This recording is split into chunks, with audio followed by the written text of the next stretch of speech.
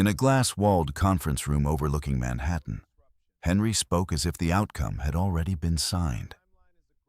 The documents were clean, the accounts were empty. The story was simple.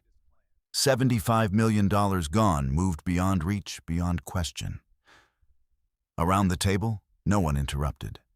Jenna Powell stood at the far end, silent, composed, and utterly still. To them, it looked like defeat. To Henry, it felt like control.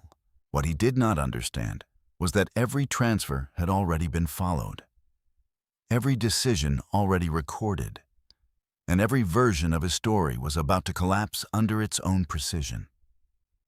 If you believe silence is weakness, this story may change your mind. Before we continue, tell me where you're watching from and your local time. I read every comment. And if stories about truth, patience, and justice matter to you, consider subscribing so you don't miss what happens next. The marriage between Jenna Powell and Henry Lawson had always looked effortless from the outside. Their home stood in a quiet, tree-lined neighborhood just outside Manhattan where privacy was curated as carefully as reputation. The kind of place where neighbors nodded politely but rarely asked questions. Where glass, steel, and polished stone reflected success in a way that felt both intentional and controlled. Henry had built his identity on that control. He was the kind of man who filled a room before he spoke. Tall, measured, always precisely dressed, he carried the quiet confidence of someone who understood not only money, but perception. In corporate settings, his voice rarely rose, yet people listened. His colleagues described him as disciplined, strategic, reliable, the kind of man investors trusted with numbers that stretched into 8 figures, and increasingly into 9. To most people, Henry was the center of gravity. Jenna Powell, by contrast, was harder to define. She was present at the same dinners, the same charity events, the same private gatherings, but she rarely positioned herself as the focal point. Her voice was calm, her words deliberate, her expressions controlled. Those who didn't look closely often mistook her restraint for passivity. But Jenna had never been passive. Long before she became Mrs. Lawson, she had developed habits that did not rely on visibility. She listened more than she spoke. She remembered details others forgot. She noticed patterns not because she searched for them, but because she never stopped observing. Even in a room full of noise, Jenna had always paid attention to silence.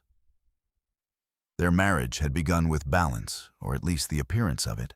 Henry handled the outward-facing aspects of their finances: investments, corporate relationships, negotiations.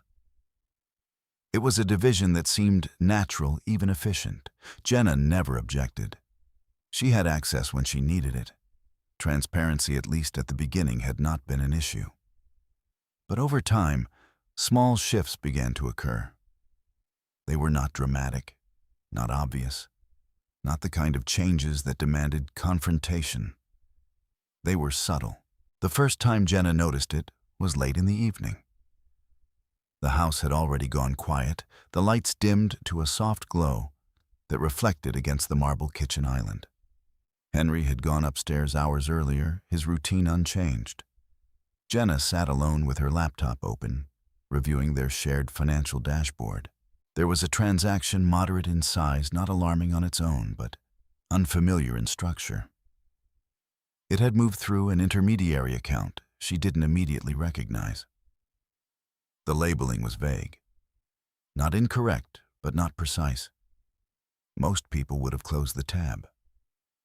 Jenna didn't. She clicked through the details, following the path as far as the interface allowed. The endpoint was clean, almost too clean. The kind of transaction designed to look ordinary when viewed quickly. She didn't say anything. The next morning, breakfast unfolded exactly as it always did. Henry scanned his phone. Jenna poured coffee. Conversation remained light, predictable. There was no tension, no disruption. But later that afternoon, Jenna opened her laptop again. This time, she didn't just look at the transaction. She saved it. A simple screenshot. Timestamp visible. Account identifiers partially masked, but enough preserved to recognize patterns later. It was not an accusation. It was a record. Days passed, then weeks. Nothing changed on the surface. But beneath that surface, Jenna began to notice more. Another transfer, slightly larger, routed differently but carrying the same quiet ambiguity. Then another spaced carefully enough to avoid drawing attention if viewed individually. Each one was explainable. Together they formed something else.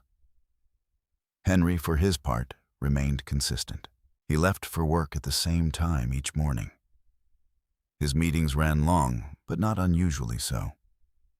His tone at home remained controlled, if slightly more distant than before. Not cold, not confrontational, just less available. Jenna noticed that too. She noticed the way he angled his phone screen slightly away when responding to messages, the way certain notifications no longer appeared audibly. The subtle habit of stepping into another room during calls that used to take place openly. None of it was definitive, but none of it was random either. Jenna did not confront him. She did not ask questions she already suspected would be answered indirectly. Instead, she adjusted. Her evenings became quieter, more structured. The laptop remained open longer. Tabs multiplied, not chaotic, but organized. Banking portals archived statements, transaction histories, cross-referenced timelines. She wasn't searching for proof yet. She was building context. One night, as rain traced faint lines down the glass windows of their living room, Jenna sat with a printed set of statements spread across the table. Not because she needed to print them, but because physical paper slowed the process in a way that made patterns easier to see. The transfers were no longer isolated. They were rhythmic, not predictable in exact timing, but consistent in intention. Money moved out fragmented just enough to avoid immediate detection, then consolidated elsewhere beyond the obvious structure of their shared accounts. Jenna leaned back slightly, her expression unchanged. To anyone watching it, would have looked like nothing. But internally, something had shifted. Not panic, not fear, recognition. The next morning, Henry mentioned an upcoming meeting. His tone carried a faint edge of importance, though he did not elaborate. Jenna nodded, acknowledging without pressing further. She had learned that details volunteered were often more revealing than those requested. Later that day, while organizing older files, Jenna came across something she had nearly forgotten. An archived login alert from months earlier. At the time, it had seemed insignificant, a routine access notification from a device that had been quickly explained. But now placed alongside the emerging pattern, it felt different. Not as an isolated event, but as an early indicator. Jenna opened a new document. She began listing dates, not just of transactions, but of behaviors. Meetings Henry had attended, trips he had taken, even small deviations in routine. It wasn't guesswork. It was alignment. Time against action, action against outcome. By the end of the week, the list had grown. It did not yet form a complete picture. But it was no longer abstract. Henry believed he was operating within complexity. Jenna was reducing that complexity into something trackable, something provable. That evening, they attended a small gathering, friends, colleagues, familiar faces. The kind of environment where conversations overlapped and laughter filled the spaces between carefully curated lives. Henry moved through the room with ease, his presence as controlled as ever. He spoke about markets, about strategy, about forward-looking projections that drew quiet admiration from those listening. Jenna stood nearby, engaged but reserved. At one point, a colleague, Michael Turner, an associate who had worked with Henry on several financial ventures, made a passing comment about recent restructuring moves. Henry responded smoothly, deflecting specifics while maintaining authority. Jenna didn't interrupt, but she heard it. Restructuring. The word lingered. Later that night, back at home, Jenna sat once more in the quiet glow of her screen. She didn't revisit the transactions immediately. Instead, she opened the document she'd been building. Dates, notes, observations. Then slowly, she added a new line. Restructuring, referenced publicly. She paused for a moment, her fingers resting lightly on the keyboard. Then she saved the file. There was still no confrontation, no raised voices, no visible fracture. But something fundamental had already changed. Henry believed he was moving pieces across a board Jenna didn't understand. He believed the structure was too layered, too technical, too controlled to be seen clearly from the outside. What he didn't realize was that Jenna was no longer looking from the outside. She was already inside the pattern. And she had no intention of stepping out. By the time the second month passed, Henry Lawson had already adjusted to his new rhythm. It wasn't a dramatic shift. There were no abrupt changes that would raise suspicion to anyone who wasn't looking closely. His routine remained intact on the surface: morning departures, late returns, carefully scheduled meetings, but within that structure, subtle layers had formed. He had begun to compartmentalize. Phone calls that used to take place in shared spaces now happened behind closed doors. Emails that once triggered audible alerts no longer made a sound. Even his posture had changed in small ways, angled slightly, away, shoulders turned just enough to obscure a screen, a message, a detail. To most people, it would have meant nothing. To Jenna Powell, it meant everything. She didn't follow him. She didn't check his phone. She didn't search for evidence in places that could be denied or explained away. Instead, she stayed exactly where she was within the life they had already built and allowed the information to come to her in fragments. And then she preserved those fragments. Her process was quiet, almost invisible. Every evening, once the house settled into stillness, Jenna returned to her laptop, not with urgency, but with discipline. Tabs opened in a specific order, banking dashboards first, then archived statements. Then the document she'd been building now, several pages long, structured by date, behavior, and transaction. She had stopped thinking of the activity as isolated. Now she was mapping movement. The second irregular transfer appeared on a Tuesday, smaller than the first, but routed through a different intermediary. The naming convention was slightly altered, as though designed to prevent easy association. The destination account, however, carried a familiar pattern, one she had already seen once before. Jenna didn't react. She enlarged the transaction details, studying the timestamps, the authorization markers, the routing path. Then she captured it, screenshot, file name, date, cross-reference. She added it to the log. There was no emotion in the process, only precision. Over the next 10 days, 3 more transactions followed. Each one different in size, each one routed with slight variation. But together, they formed something that could no longer be ignored. Not by her, not anymore. Henry, meanwhile, continued forward with increasing confidence. His demeanor at home had shifted not aggressively, but definitively. Conversations became shorter. Eye contact less frequent. He answered questions, but rarely offered anything beyond what was necessary. At dinner one evening, Jenna asked casually about his upcoming week. "Full," he replied without looking up. "A few meetings I've been pushing back." "Anything new?" she asked. "Nothing you'd be interested in," he said, his tone neutral, almost automatic. Jenna nodded once. She didn't ask again. That was the moment Henry stopped noticing what she was doing. And that was exactly when she became most effective. Later that night, as Henry stepped into the hallway to take a call, Jenna remained seated in the living room, her attention fixed on her screen. The glow of the laptop reflected faintly in her eyes, but her focus was elsewhere on the structure she was building behind it. Her document had evolved. It was no longer just a list. Now it was a timeline. Each entry connected not only to a transaction, but to a moment where Henry was, who he had met, what he had said publicly, what he had omitted privately. Time against action. Action against intent. She wasn't guessing anymore. She was aligning. A soft shift in the hallway caught her attention.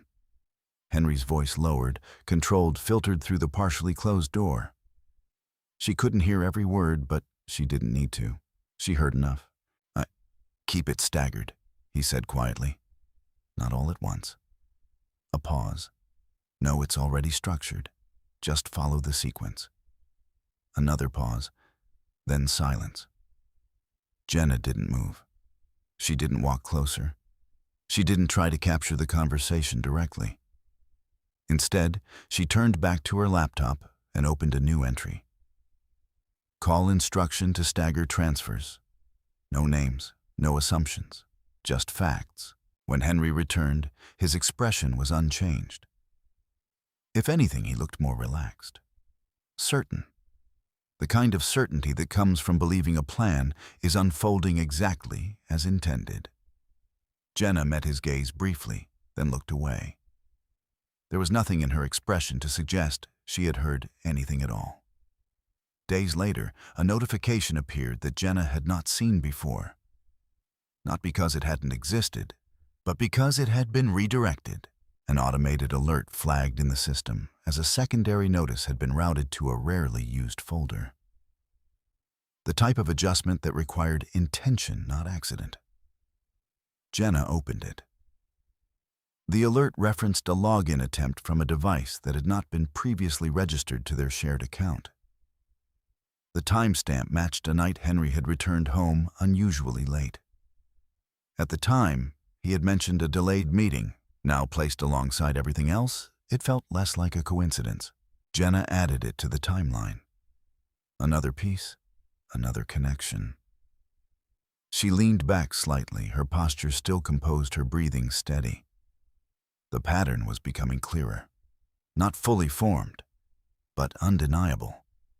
That same week, Jenna made a decision she had been delaying. She stopped relying solely on digital access. Instead, she began requesting archived statements through official channels, paper copies, certified records, documents that could not be altered without leaving a trace. The process was slower, more deliberate, but also more secure. Henry didn't notice. Why would he? From his perspective, nothing had changed. Jenna still moved through their home with the same quiet routine. She attended events when necessary. She responded when spoken to. She did not question him. She did not challenge him. She remained exactly who he believed she was. And that belief was the foundation of his mistake. One evening, as the city lights reflected across the windows, Henry mentioned an upcoming restructuring meeting. The word again, this time more casually. Just internal, he said. Nothing major. Jenna nodded. Of course. But later that night, she searched for it. Not the meeting itself, but the context. Corporate filings, industry movement, quiet shifts that wouldn't make headlines, but would leave a trace in the right places. And there it was, a reference. Small, buried within a larger report. A structural adjustment tied to an entity she did not immediately recognize. But the naming pattern. It matched. Not exactly, but closely enough. Jenna copied the reference into her document, linked it to the transactions, then to the call, then to the login alert. She paused for a moment, her eyes scanning the connections she had built. Individually, each piece could be dismissed. Together, they formed something else entirely, not just movement, but intent. Henry believed he was operating within a system too complex to be understood without direct access. He believed that by controlling visibility, he controlled reality. What he didn't account for was someone who didn't need full visibility, someone who could reconstruct the system from the edges inward. Jenna closed her laptop gently. The room fell quiet around her. There was still no confrontation, no accusation, no visible shift in the balance of power. But beneath that stillness, the structure had already begun to change.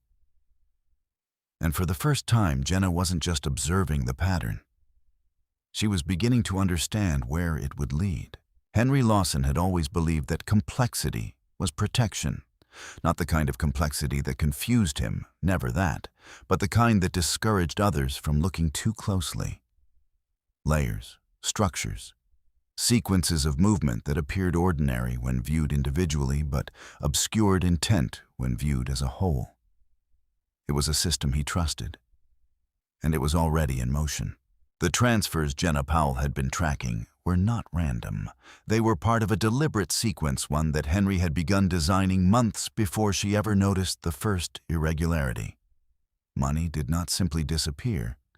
It was repositioned, redirected through entities that existed just far enough outside their shared financial structure to avoid immediate detection. At least, that had been the assumption. Henry sat in a private office on the 42nd floor of a midtown building, the city stretching outward in quiet symmetry beneath him. Across the table sat Mark Reynolds, his financial advisor, reviewing a set of documents with practiced ease. "It's clean," Mark said, sliding one page slightly forward. "Everything moves through the intermediaries, as planned. No direct linkage once it's finalized."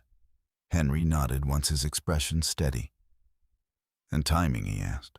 Staggered, Mark replied. "Nothing concentrated enough to raise flags. Even if someone looks, they won't see the full structure without deeper access." Henry leaned back slightly. "That won't happen," he said. He didn't elaborate. He didn't need to. Mark understood the implication. Jenna wasn't part of the equation, at least not in any meaningful way. "She won't contest?" Mark asked, almost as an afterthought. Henry allowed himself a brief pause before answering. "She won't understand what to contest," he said calmly. It wasn't spoken with cruelty, not openly, just certainty. The kind that had served him well in every negotiation he had ever entered. Across town, Jenna was sitting in a much quieter room. No skyline, no glass walls. Just a small office with neutral tones and a desk that held only what was necessary. Daniel Brooks reviewed the documents in front of him with careful attention. Unlike Mark, his movements were slower, more deliberate. He didn't rush conclusions. Beside him, Rachel Stein sat with a notepad, listening as Jenna spoke.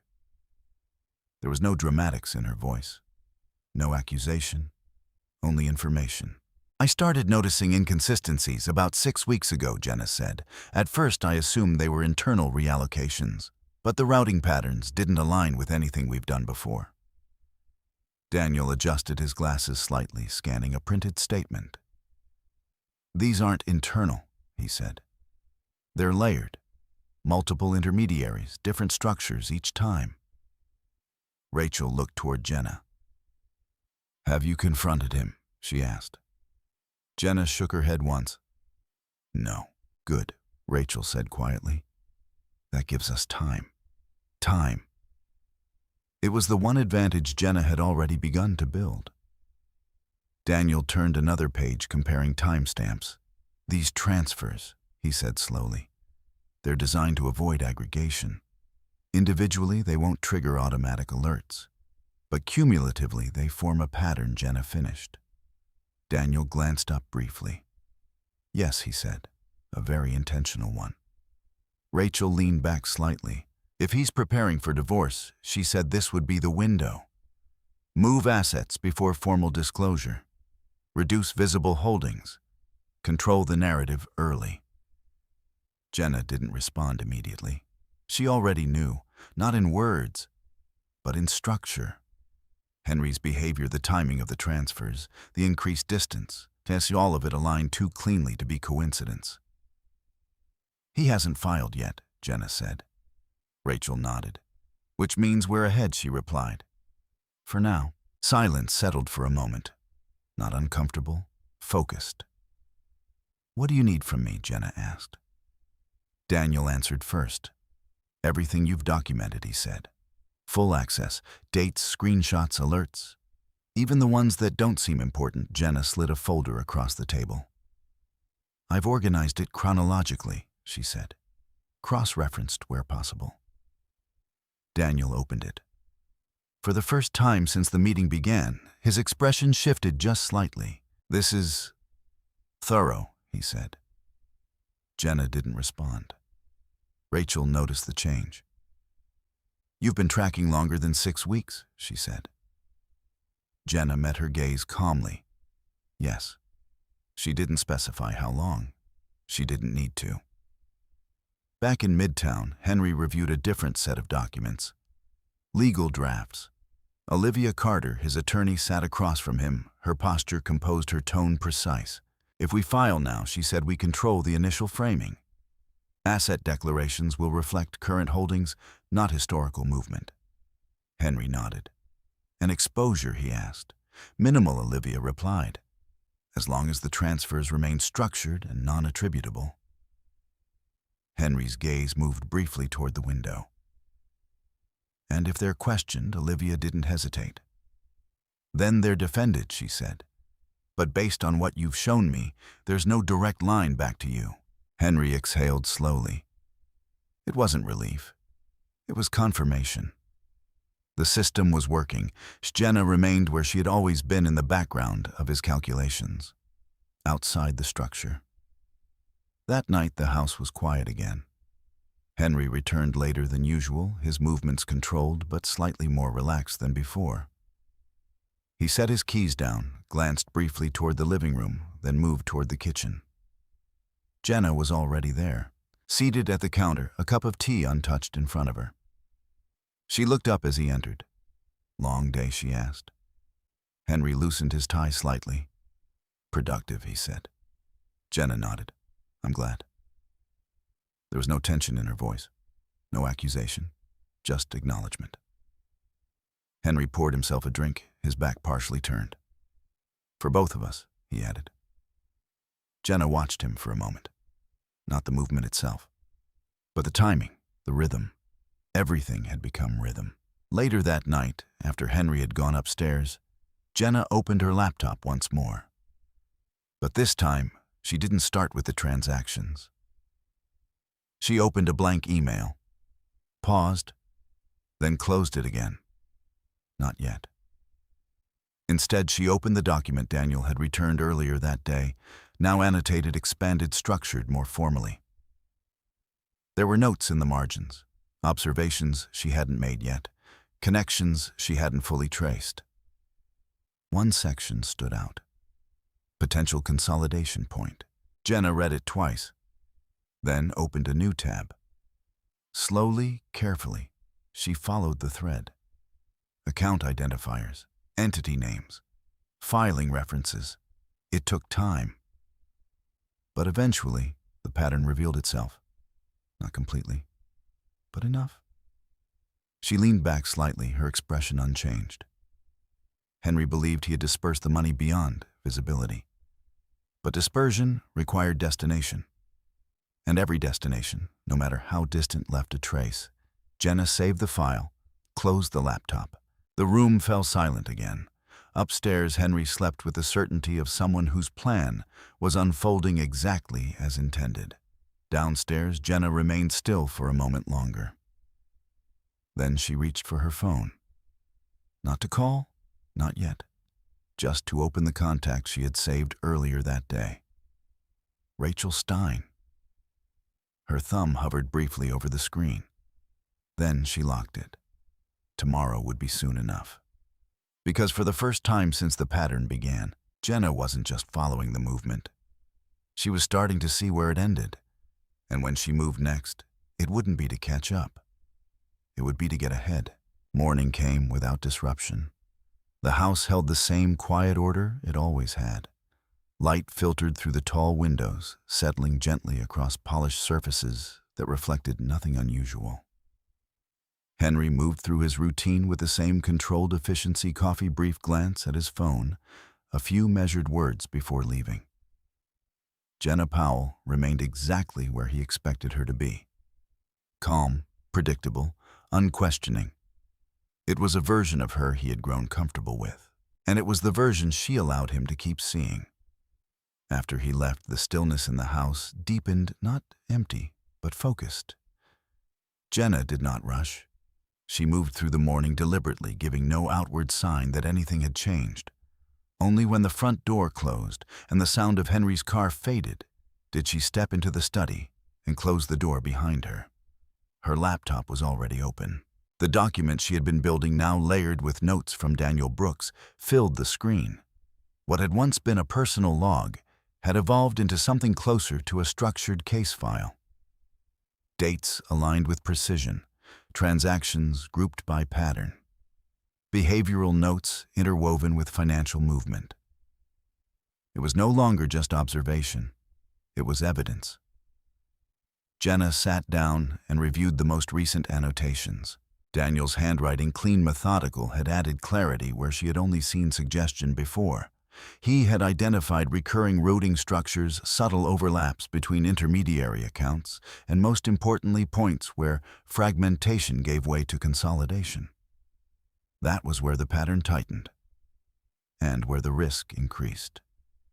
Jenna reached for a separate folder, one she had not opened in days. Inside were printed bank statements, archived confirmations, and certified copies she had requested quietly through official channels. Unlike the digital records Henry had begun manipulating access to, these could not be altered without leaving a visible trail. She spread them across the desk, aligning them with the timeline on her screen. Each piece was placed with intention, each gap examined. She wasn't searching anymore. She was confirming. A notification appeared in the corner of her screen. An email from Daniel. Subject line, preliminary trace review. Jenna opened it immediately. Attached was a document dense, structured, unmistakably technical. She scanned the opening lines, her eyes moving steadily across the page. Daniel had followed the money. Not all of it, but enough. The transfers Henry believed were insulated had begun to reveal connections points where layering thinned, where intermediary accounts converged before dispersing again. It wasn't obvious. It wasn't simple. But it was traceable. Jenna read the document once, then again. Then she closed it, not with hesitation, but with clarity. A few hours later, she sat once more across from Daniel Brooks and Rachel Stein. This time, the atmosphere in the room had shifted. There was still no urgency, no raised voices. But the focus had sharpened. Daniel placed a printed version of the trace on the table. "It's consistent," he said. "He's using variation to mask repetition. Different entities, different routing paths, but the underlying structure is the same." Rachel leaned forward slightly. "Which means, it means we can follow it," Daniel replied. "Not in real time for every movement, but enough to reconstruct the flow, enough to establish intent." Jenna listened without interrupting. Rachel turned toward her. "Have there been any changes in his behavior?" she asked. Jenna considered for a moment. "More distance," she said. "Less transparency. He's preparing for something, but he hasn't said it directly." Rachel nodded. "That aligns," she said. "If he files soon, he'll rely on the current state of visible assets, not what existed before." Jenna's gaze remained steady. "And the missing amount?" she asked. Daniel tapped the document lightly. "We're not at 75 yet," he said, "but we're close enough to see the structure. The rest will follow the same pattern." Silence settled briefly, not uncertain, measured. Rachel broke it. "Timing matters now," she said. "We don't move too early, but we don't wait too long either." Jenna nodded once. She understood timing. It wasn't about reaction. It was about position. "What about admissibility?" she asked. Rachel's expression remained composed. As long as everything is obtained through proper channels documented and verified, we're solid, she said. That's why what you've done matters. She glanced at the organized files Jenna had brought. Most people wait until something feels wrong, Rachel continued. You started before that. Jenna didn't respond. Because she hadn't started when something felt wrong. She had started when something felt different. Back at the house that evening, Henry returned earlier than expected. His presence filled the space in the same controlled way, but there was a subtle shift, something quieter beneath the surface. Not uncertainty, but anticipation. Jenna noticed it immediately. They sat across from each other at dinner, the conversation minimal, the atmosphere calm. I may be traveling next week, Henry said casually. Jenna looked up. For work, she asked. Partially, he replied. There are a few things that need to be finalized. Jenna nodded. Of course. She didn't ask what those things were. She didn't need to. Later that night, as Henry stepped into the study to take a call, Jenna remained in the living room, her attention seemingly on a book resting open in her lap. But her focus was elsewhere. On the rhythm of his voice, on the pauses, on the words he chose, and the ones he didn't. Yo, just make sure it clears before the filing, he said quietly. A pause. No delays. Jenna turned a page slowly, her expression unchanged. Inside, she registered the word. Filing. There it was. Not a suspicion anymore. A timeline. When Henry returned, his demeanor had reset, controlled, composed exactly as before. Jenna closed her book. Everything okay, she asked. Henry nodded. Yes, and that was all. Upstairs, he slept with the same certainty he had carried for weeks. Downstairs, Jenna opened her laptop one more time. She added a new entry, call reference to filing. Then beneath it, she added another line. Timeline narrowing. She paused for a moment, her fingers resting lightly against the keys. Then she opened a new document. Not a log, not a timeline, a strategy. She began outlining what came next, not in emotional terms, but in sequence. Legal steps, evidence submission, points where the narrative would shift from assumption to proof. Each step aligned with the work Daniel had already begun. With the framework Rachel had outlined. With the pattern Henry believed remained invisible. Jenna saved the document, closed the laptop. And for the first time since the beginning, she allowed herself to sit in the quiet without analyzing it. Because the pattern was no longer forming. It was established. Henry believed he was approaching the moment where everything would fall into place, where the money would be beyond reach, where the story would be his to tell. What he didn't understand was that Jenna had already stepped beyond that moment. She wasn't waiting for the filing. She was preparing for what came after. By the time Henry Lawson mentioned travel, the structure of his plan had already begun to harden. It was no longer in preparation. It was entering execution. From his perspective, everything had aligned with precision. The transfers were distributed. The consolidation points were secured. The legal groundwork, quietly drafted, carefully timed, was nearly in place. All that remained was coordination. Final steps. The kind that required attention, but not doubt. Henry did not doubt. He had spent too long building systems that rewarded certainty. That morning, he stood in the hallway, adjusting his cufflinks, his reflection steady in the mirror. His posture carried the same controlled confidence. Jenna had come to recognize not arrogance, but something quieter. A belief that outcomes followed preparation.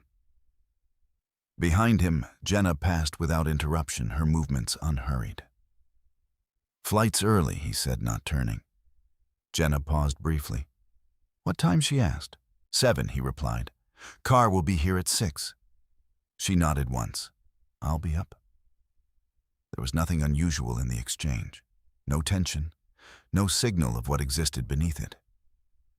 But as Henry reached for his phone, a notification flashed briefly across the screen, an email confirmation. He dismissed it quickly, but not before Jenna registered the subject line. Transfer completed? She didn't look at him. She didn't need to. Later, after he left, Jenna stood alone in the quiet of the house, her attention fixed not on the absence he left behind, but on the timing. Everything now was about timing. She moved to the study, closing the door with the same soft precision she had used for weeks. Her laptop opened to the familiar document, now layered, annotated, structured beyond its original form. But today, she didn't begin there. Instead, she opened a separate folder. Inside was a file Daniel Brooks had sent late the night before. Subject line, cross-reference high confidence match. Jenna clicked. The document loaded slowly, dense with data points, account identifiers, and directional flow diagrams. But unlike the earlier traces, this one carried something new. Certainty. Daniel had identified a convergence point, an account that had received multiple fragmented transfers from different intermediaries. Individually, each path appeared isolated, but together they led to the same place. A holding point, temporary, but traceable. Jenna read through the analysis, her eyes steady, her breathing even. There it was. Not the full 75 million, but enough to define the structure completely, enough to prove intent, enough to collapse the illusion of randomness Henry had built his confidence on. She reached for her phone and opened a message thread. Daniel Brooks. Her fingers hovered briefly, then she typed. Received. Confirm next steps. The reply came minutes later. Need one more cycle. He's not finished moving it. Jenna read the message twice, then set the phone down. Of course he wasn't finished. Henry wouldn't stop halfway, not when the structure depended on completion. That afternoon, she met again with Rachel Stein.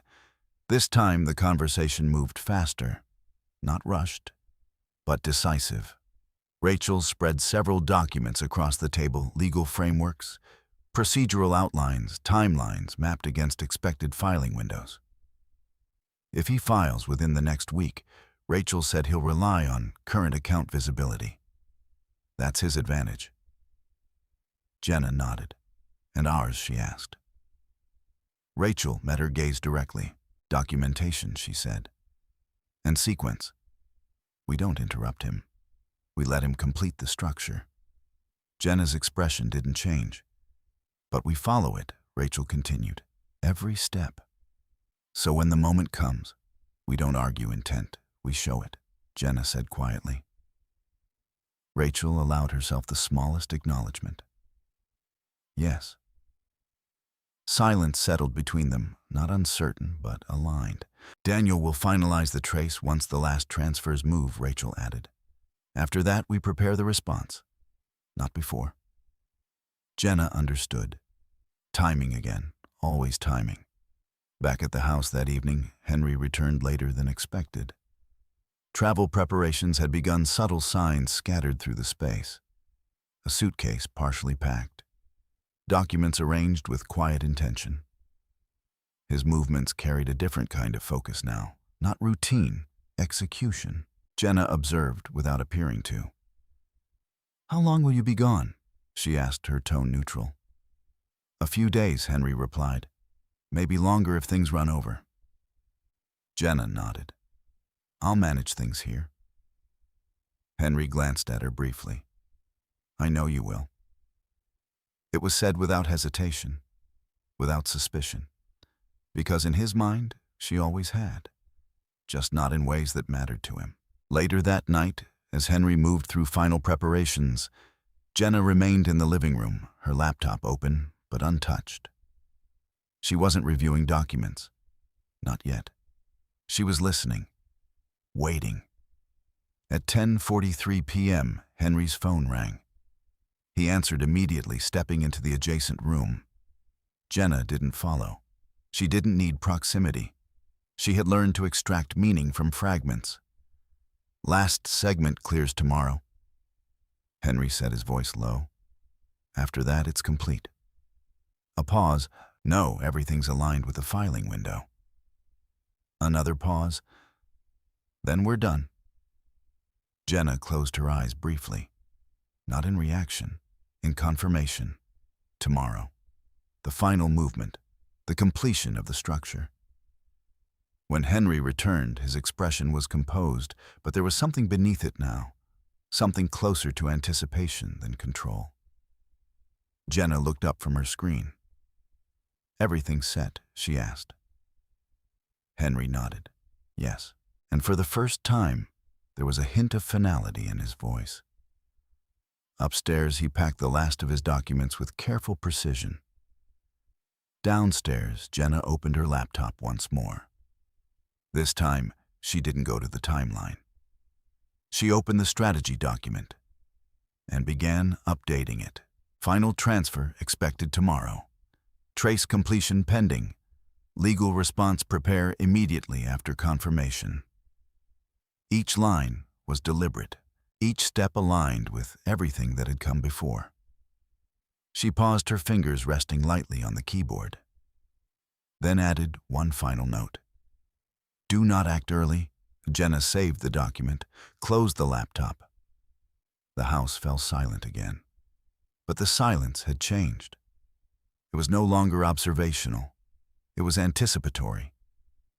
Henry believed he was one step away from finishing everything, from closing the structure, from securing the outcome. What he didn't understand was that completion was the only moment the entire system became visible. And Jenna wasn't waiting to stop him before he finished. She was waiting for him to finish completely, because only then would there be nothing left to hide. The morning Henry Lawson left for his trip, the house felt unusually still. Not empty, not quiet in the ordinary sense, but suspended, as if something had reached a point where movement could no longer be mistaken for routine. Henry moved through the space with efficiency. His suitcase stood near the door, already packed the night before. His phone remained in his hand, his attention shifting between messages and time. Everything about him reflected focus. Completion was close. Jenna Powell stood in the kitchen, a cup of coffee untouched in front of her. She watched without watching, her gaze soft, her posture composed. Car's here, Henry said, glancing toward the driveway. Jenna nodded. Safe trip. He paused for a moment, as if considering whether to say more. But then he didn't. Thank you, he replied instead. And then he was gone. The door closed with a quiet finality that lingered longer than usual. Jenna remained where she was for several seconds after the sound of the engine faded.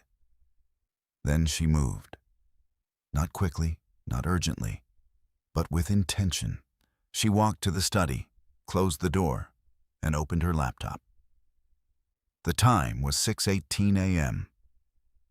Her screen lit up with the documents she had built over weeks: timeline, transaction logs, cross-references, Daniel's annotated traces.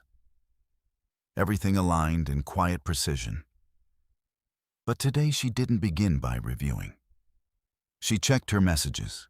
There was already one waiting. From Daniel. Movement detected. Final segment in progress. Jenna read it once. Then again. The final transfer. Henry had begun the last step. She didn't respond immediately. Instead, she opened the latest trace file Daniel had been updating in real time. The diagram on her screen had grown more complex, but also more defined. Lines that once diverged now converged with unmistakable clarity. Multiple intermediary accounts, different entry points, all feeding into a narrowing structure. Jenna leaned slightly closer. There it was again. The consolidation point, clearer now, stronger, and most importantly, repeatable. She opened her document and added a new entry. Final transfer active. Then she stopped typing, because there was nothing else to add, not yet. Hours passed without disruption. The house remained still, but Jenna's work did not. She moved through each file methodically, verifying, aligning, cross-checking, not because she doubted the pattern, but because she understood what came next. Everything would depend on accuracy. At 11:42 a.m., her phone vibrated. "Daniel." She answered immediately. "It's done," he said. No build-up, no hesitation. Just confirmation. Jenna closed her eyes briefly. Not in relief. In completion. All of it, she asked. "Enough," Daniel replied. "The structure's complete. We have the full path now. Entry, movement, consolidation." Jenna's voice remained steady. "And attribution." A pause, Strong Daniel said. "Not just the accounts. Timing, authorization patterns, coordination points. It's consistent across every layer." Jenna didn't speak for a moment. Because this was the moment Henry had been working toward, and the moment she had been waiting for. "I'll send the finalized report within the hour," Daniel added. "Thank you," Jenna said quietly. When the call ended, the silence in the room returned. But it felt different now, not anticipatory. Resolved, Jenna sat back in her chair, her gaze resting on the screen in front of her. The pattern was no longer forming. It was complete. Every transfer Henry believed had been dispersed beyond recognition had now been reconstructed. Every layer he had built to obscure intent had instead created a map that led back to him. She opened a new document. Not the timeline, not the strategy. This one was different. Legal response draft.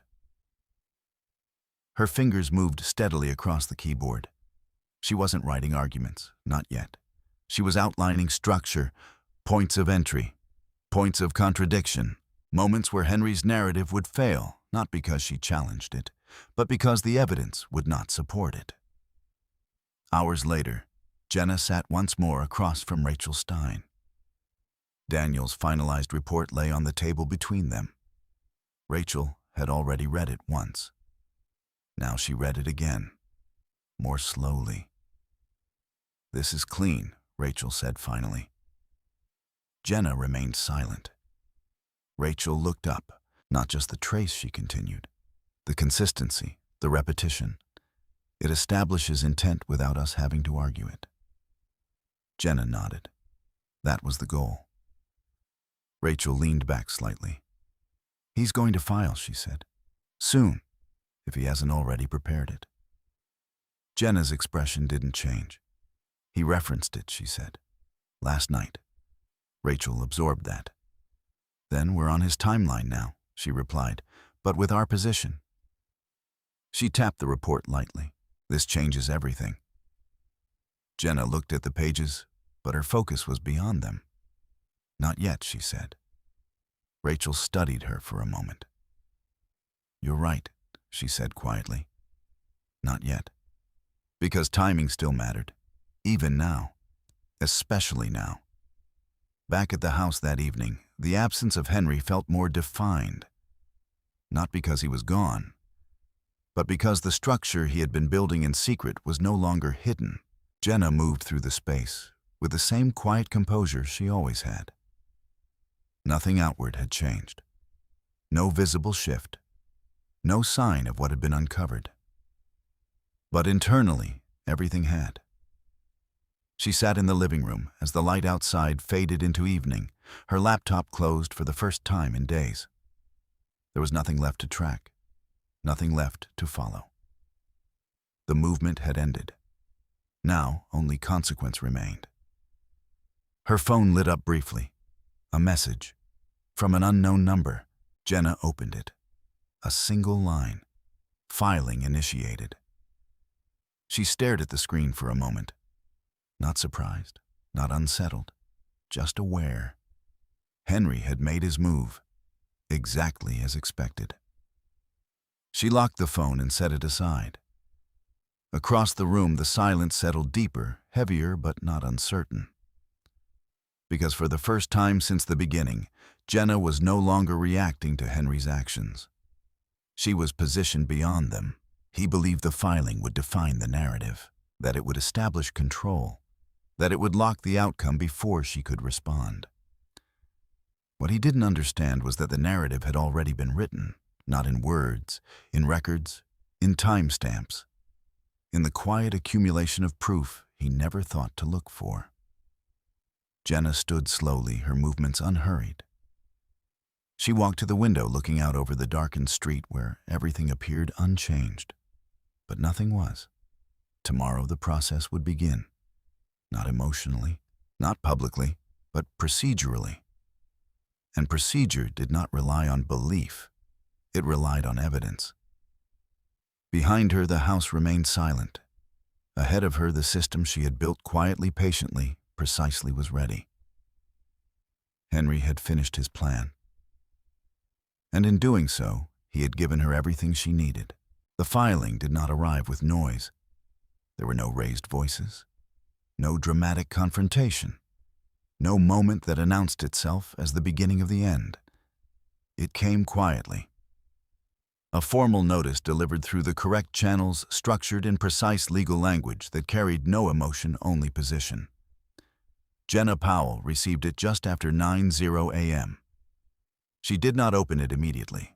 Instead, she placed it on the table in front of her and allowed the moment to settle, not because she needed time to process what it meant, but because she understood exactly what it represented. Henry had moved. Not impulsively, not reactively, but exactly as planned. And now, everything that followed would unfold within a system he believed he understood. Jenna reached for the envelope and opened it carefully. Inside, the documents were arranged with deliberate clarity. Petition for dissolution, statement of assets, initial disclosures. Her eyes moved steadily across the pages. Henry's narrative was there, structured, controlled, composed in the same tone he used in every professional setting. It positioned the marriage as complete, the division of assets as straightforward, the financial picture as stable and contained. There was no mention of the $75 million, no trace of the movement she had spent weeks reconstructing, only what remained visible. Jenna closed the file gently, not in frustration, in recognition. He had committed to the version of reality he believed would hold. And now, that version would be tested. By noon, she was seated across from Rachel Stein once again. The documents lay open between them. Rachel read through the filing, in silence, her expression unchanged. She did not interrupt. She did not comment prematurely. When she reached the final page, she closed the file with quiet precision. As expected, she said. Jenna nodded. He's relying on current disclosures. Rachel continued. Everything that's no longer visible, he's assuming it no longer matters. Jenna's gaze remained steady. And the timeline, she asked. Rachel leaned slightly forward. We respond, she said. But not with everything at once. Jenna understood.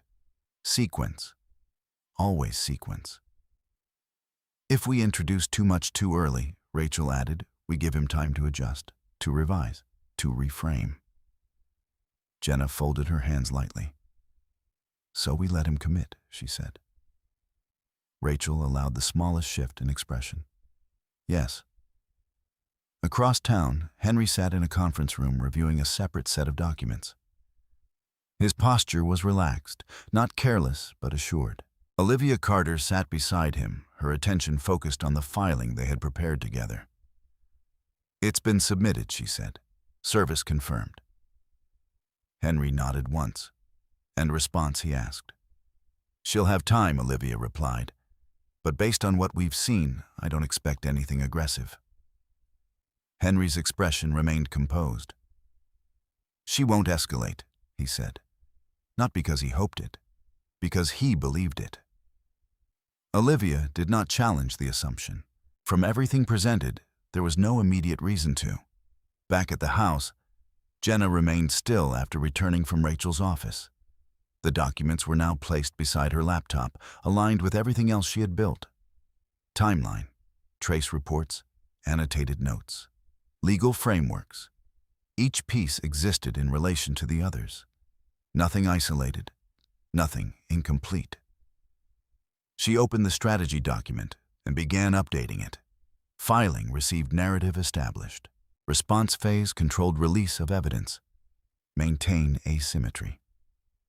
She paused for a moment before adding the final line. Do not disrupt sequence. Her fingers hovered briefly over the keyboard. Then she saved the file. That evening, Henry called. His voice carried the same calm control it always had.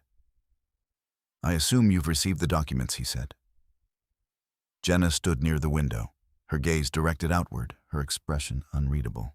I have, she replied. Have she? A brief silence followed. Not uncomfortable, measured.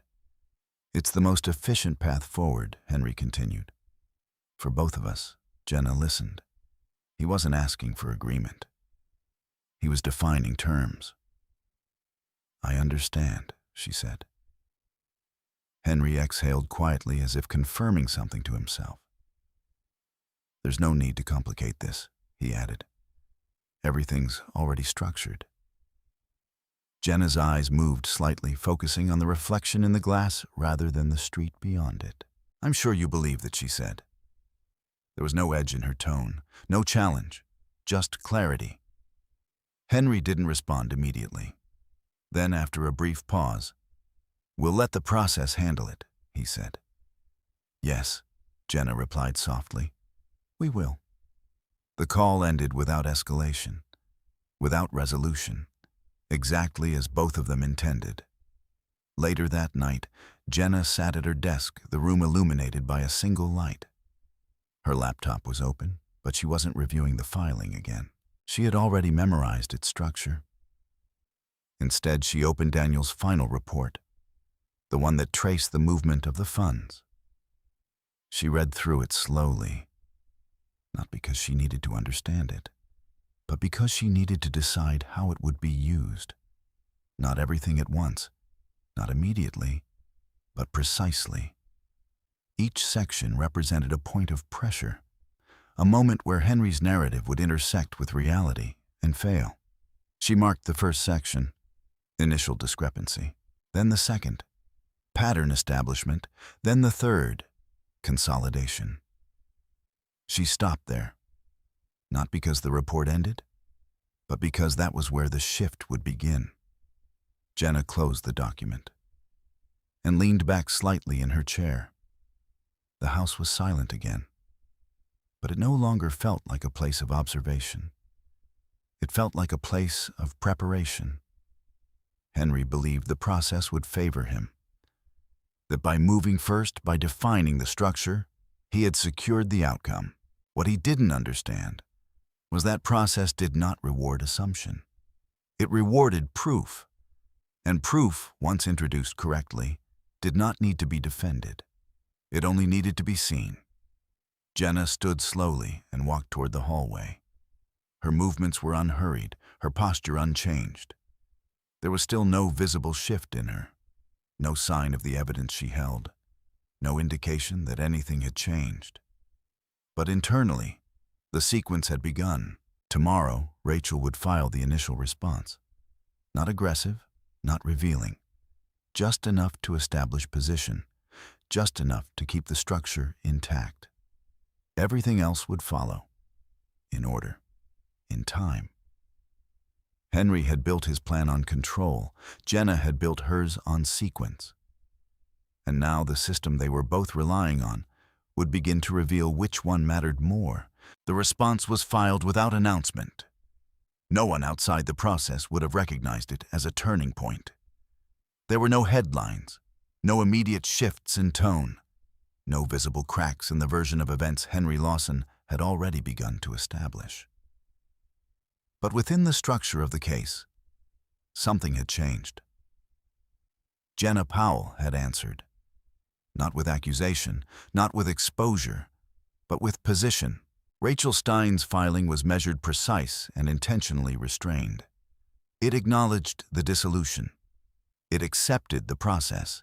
It made no dramatic claims, but embedded within its language were requests specific, targeted, and impossible to ignore. Full financial disclosure, preservation of records, verification of transfers beyond the current reporting window. Nothing more and nothing less. Across town, Henry read the response in silence. Olivia Carter stood beside him, her arms folded lightly as she watched his expression shift not dramatically but subtly. "She's asking for expanded disclosure," Olivia said. Henry didn't look up. "That's standard," he replied. "Yes," Olivia agreed. "But the scope is broader than expected." Henry turned a page slowly, his eyes scanning the language. "She doesn't specify anything," he said. "She doesn't need to," Olivia replied. Henry leaned back slightly, considering. For a moment, something almost indistinct passed through his expression, not doubt, not concern, but awareness. Then it was gone. "She's positioning," he said. Olivia nodded. "So are we." The conversation ended there. Because from Henry's perspective, nothing had changed. The structure still held. The money was still where he believed it needed to be. And Jenna was still operating within a framework he had already defined. Back at the house, Jenna sat in the same place she had occupied for weeks. The living room, the quiet center of a life that, on the surface, remained intact. Her laptop rested open in front of her, Rachel's filing displayed on the screen. She read it once, then again, not for understanding, but for alignment. Every word had been chosen carefully, not to reveal, but to guide. She closed the document and opened Daniel's report beside it.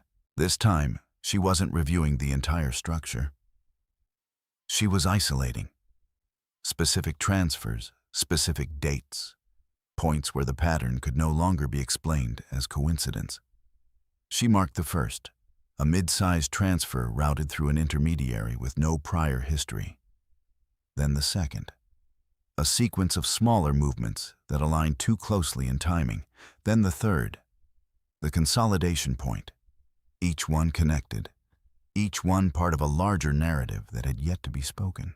Jenna leaned back slightly. The process was moving. Not quickly, but deliberately, exactly as it needed to. Later that afternoon, she sat once more across from Rachel and Daniel. The room was quiet, but the focus had sharpened again. Rachel placed a new document on the table. "Preliminary response from their side," she said. Jenna glanced at it. "What are they saying?" she asked. Rachel allowed a brief pause. Nothing, she replied. Jenna looked up, which is something Rachel added. Daniel leaned forward slightly. "They're maintaining the current position," he said. "No acknowledgement of additional assets, no clarification." Jenna nodded. "They won't," she said. "Not yet." Rachel studied her for a moment. "You're expecting that," she said. "Yes," Jenna replied, "because Henry wouldn't adjust until he had to. Until the structure forced him to." "Good," Rachel said quietly. "Then we continue." She tapped the table lightly. "Next step is targeted disclosure requests. We narrow the scope. Focus on areas where we already have alignment."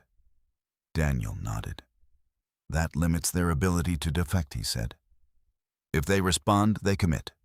If they don't, it raises flags." Jenna's expression remained unchanged. "Either way," she said, "the pattern holds."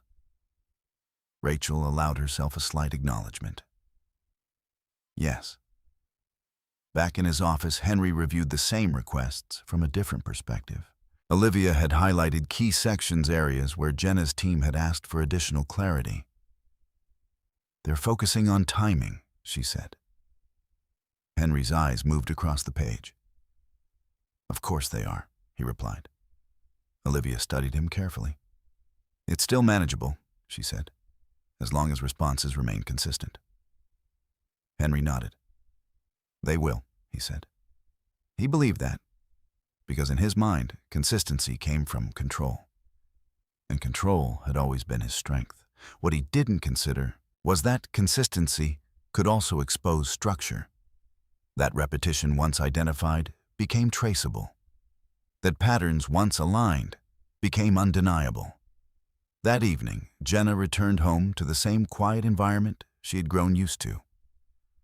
The house held no tension, no visible strain, just silence. But now, the silence carried weight, not uncertainty, expectation. She moved through the space slowly, her attention shifting not to what had changed, but to what hadn't. Everything still appeared the same. And that, more than anything, confirmed the timing was right. She sat at her desk and opened her laptop. A new message waited. From Daniel. Additional link confirmed. Sending update. Jenna opened the attachment. Another layer, another connection. A previously separate path now intersecting with the consolidation point. She read through it carefully, her expression steady. Then she opened her document and added a single line. Pattern reinforced. Nothing more. Because nothing more was needed. The structure was no longer fragile. It was stable, consistent, and increasingly difficult to deny. She closed the laptop and sat back in her chair. For the first time since the process began, there was no immediate action required. No new data to collect. No adjustment to make. Only waiting. But not passive waiting. Positioned waiting. Across the city, Henry sat in a different kind of silence, one filled with movement meetings coordination. But beneath it, something had begun to shift. Not enough to name, not enough to define, but enough to register. A question without form, a hesitation without cause. He dismissed it quickly, because everything still aligned. Everything still followed the plan. Everything still appeared under control. And yet control, once questioned, did not fully return. Back in the house, Jenna stood near the window once more. The city lights stretched out in front of her, distant and steady. She didn't focus on them. Her attention remained inward, on the structure, on the sequence, on the next step. Henry believed the process would move in his favor because he had initiated it, because he had defined the starting point. What he didn't understand was that the starting point didn't determine the outcome. The structure did. And now, the structure was no longer his. Henry Lawson did not consider himself reckless. If anything, he had built his reputation on the opposite. Precision, restraint, the ability to move large decisions through narrow channels without drawing attention. It was how he had succeeded in every negotiation that mattered. And yet, as the requests from Jenna Powell's legal team began to narrow in scope, something unfamiliar entered his calculations. Not fear, not doubt, but pressure. It did not appear all at once. It emerged in fragments, small adjustments he found himself making without fully acknowledging why. He reviewed the latest disclosure requests again, this time more slowly. Each line was carefully framed. Each question structured to appear routine while directing attention toward very specific areas. Timing, authorization, intermediate accounts. He exhaled quietly, setting the document aside. Across from him, Olivia Carter remained composed, her attention fixed on his reaction. "They're refining their approach," she said. Henry nodded once.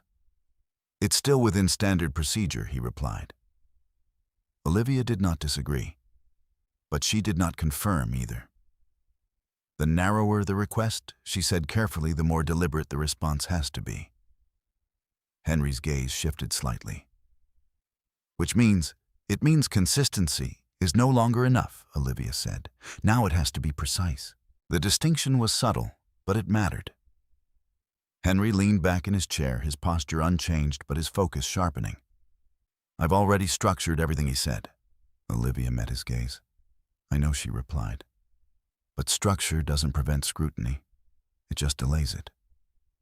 The room fell quiet. Henry did not respond immediately. Because for the first time since the process began, delay was no longer an advantage. Back at the house, Jenna Powell sat in the same quiet space she had occupied throughout the unfolding of the case. But her role within it had shifted. She was no longer observing movement. She was anticipating reaction. Her laptop was open. Daniel's updated trace displayed beside Rachel's latest filing notes. The documents no longer felt separate. They existed as parts of a single structure, legal, financial, procedural, aligned. She read through Daniel's most recent update. Another connection had been confirmed. An email reference brief, indirect, but enough to establish coordination between Henry and Mark Reynolds at a critical point in the transfer sequence. Not explicit, but unmistakable. Jenna highlighted the section, then paused, because this was the moment where information could be used or held, and timing would determine which mattered more. Her phone vibrated softly. Rachel. "Have you seen the update?" Rachel asked without preamble. "Yes," Jenna replied. A brief silence followed. "Then they're going to try to settle," Rachel said. Jenna's expression did not change. "On what basis?" she asked. "Control," Rachel replied. "They'll frame it as efficiency, closure, avoiding unnecessary escalation." Jenna understood, not as strategy, as pattern. "They'll want to keep it contained," she said. "Yes, and if we agree," Rachel didn't hesitate. "They protect the narrative," she said. "And limit exposure." Jenna's gaze shifted slightly, focusing not on the screen, but beyond it. "And if we don't," Rachel's tone remained steady. "Then we proceed." Jenna nodded once.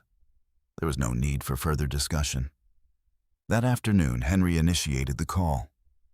The timing was deliberate. Not too soon after the latest requests, not too late to appear reactive. Measured. Jenna answered on the second ring. "Henry." "Jenna," he replied, his tone calm, controlled. A brief pause settled between them. "I've been reviewing the current process," he continued. "There may be a more efficient way to move forward." Jenna leaned back slightly, her posture unchanged. "I'm listening," she said. Henry exhaled softly. "A settlement," he said. "Structured, clean, avoiding unnecessary complications." Jenna did not respond immediately, because she already understood what he meant. Not resolution, containment. "What kind of structure?" she asked. "Fair distribution based on current disclosures," Henry replied. "No extended review. No additional escalation." Jenna allowed a brief silence. "Then, and the transfers?" she asked. The question was simple. Direct. And for the first time, Henry paused. Not long, not enough to be obvious, but enough. "They're accounted for," he said. Jenna's expression remained neutral. "In the current disclosures?" she asked. Another pause. Shorter this time. "Yes." Jenna closed her eyes briefly. Not in reaction, in confirmation. "I'll have Rachel review any proposal you send," she said. Henry nodded, though she could not see it. "That's reasonable," he replied. The call ended without tension, without resolution, but not without consequence. Back in his office, Henry remained still for several seconds after the line went quiet. Olivia watched him carefully. "How did it go?" she asked. Henry set his phone down. "She'll review it," he said. Olivia nodded. And Henry's gaze shifted toward the window. She asked about the transfers. Olivia's expression tightened slightly.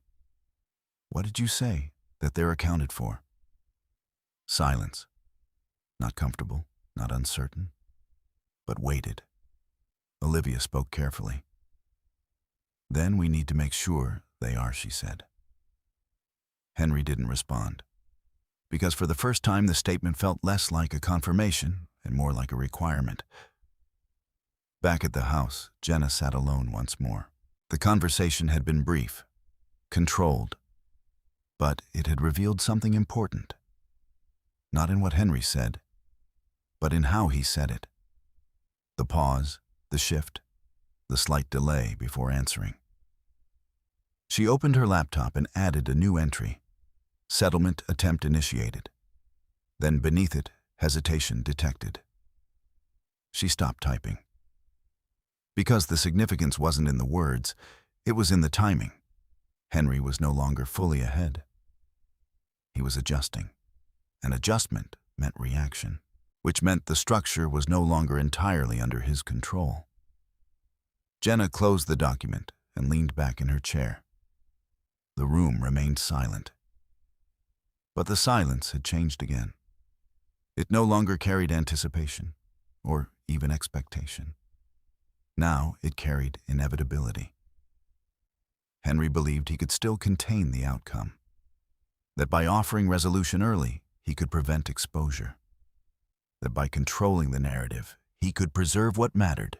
What he didn't understand was that the narrative had already begun to fracture, not publicly, not visibly, but structurally. And once a structure begins to fracture, it does not hold, no matter how carefully it was built. The conference room did not feel different at first. It was designed not to. Neutral tones, clean lines, a long table polished to a quiet reflection, the kind of space where decisions were meant to appear rational, detached from emotion, guided by process rather than pressure. Henry Lawson had spent years in rooms like this, rooms where outcomes were shaped not by volume, but by positioning.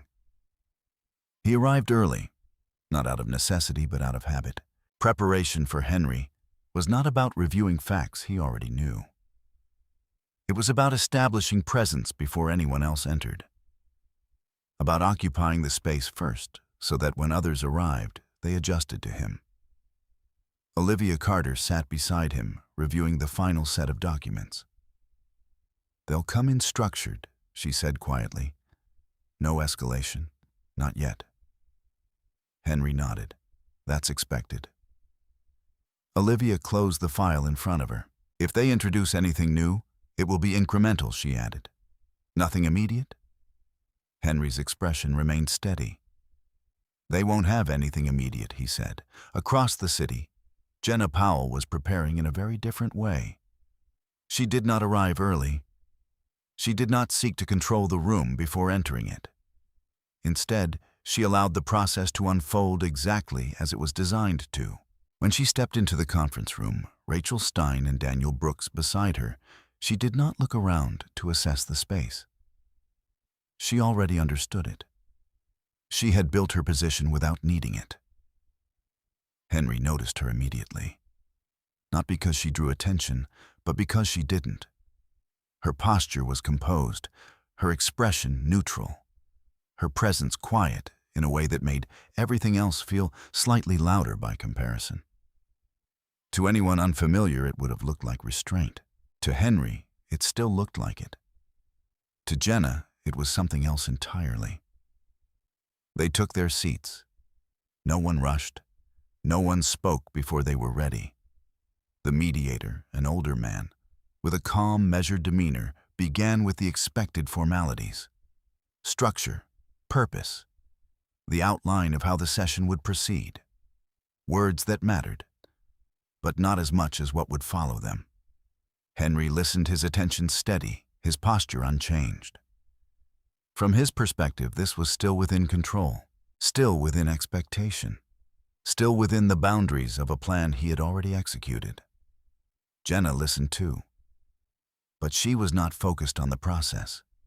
She was focused on sequence. When the mediator finished, Rachel spoke first. Measured, professional. "We are prepared to proceed," she said, "but we believe there are outstanding matters that require clarification before any meaningful resolution can be discussed." Henry didn't react, not outwardly. Olivia responded. "We've provided full disclosure based on current holdings," she said. "If there are specific concerns, we're open to addressing them." Rachel nodded once. "That's appreciated," she said. Then she paused. "Not for effect, for alignment." "Let's begin with timing," she continued. Jenna remained still. Her hands rested lightly on the table, her posture unchanged. Daniel opened a file. Not large, not overwhelming, just enough. He slid a single page forward. Transfer sequence, he said. Henry's gaze shifted, only slightly. The document was simple. A list of dates, amounts, routing points, nothing accusatory, nothing framed as conclusion, just information. Olivia leaned forward, reviewing it carefully. These appear to be standard movements, she said. Daniel nodded. Individually, yes. The distinction was quiet, but intentional. Henry remained silent, because he understood something even then, not fully, not yet, but enough. Rachel spoke again. We're not disputing the existence of these transfers, she said. We're asking for clarification on their sequence. Olivia's expression remained composed. What specifically, she asked. Rachel gestured slightly toward the bench. The pattern, she said. Another pause. Not long, but different. Henry's fingers tightened slightly against the edge of the table. Barely noticeable, but real. Olivia responded. Patterns can be interpreted in multiple ways, she said. Daniel leaned back slightly. Not when they repeat, he replied. The room shifted, not dramatically, but enough. The mediator remained silent, observing. Because this was where process became substance. Jenna still hadn't spoken. She didn't need to. Every piece of information introduced had been positioned before the meeting began. She wasn't reacting. She was allowing. Henry's gaze moved toward her for the first time since she entered the room. She met it briefly, not challenging, not defensive, just present. Then she looked back down at the table. And in that moment, something changed. Because Henry realized this was not a reaction. It was a sequence. Olivia spoke again, her tone still controlled. If there are additional documents, she said, we can review them. Rachel nodded. There are, she replied. But she didn't move immediately. Instead, she allowed the silence to settle. Because timing still mattered. Daniel opened another file. This one slightly thicker. Still not overwhelming.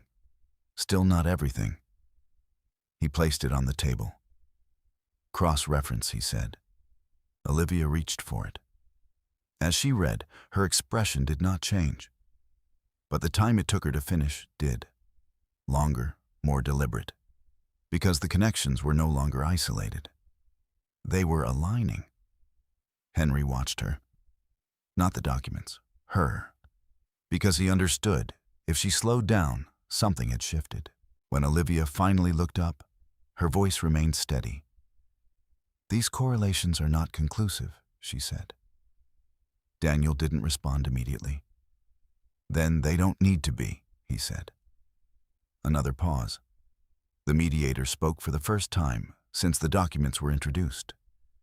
Clarification may be helpful here, he said calmly. Rachel nodded. Of course. She turned a single page in the file and pointed. Let's look at this sequence, she said. The room leaned in, not physically, but in attention. Henry's focus narrowed. Because now the pattern was no longer abstract. It was specific.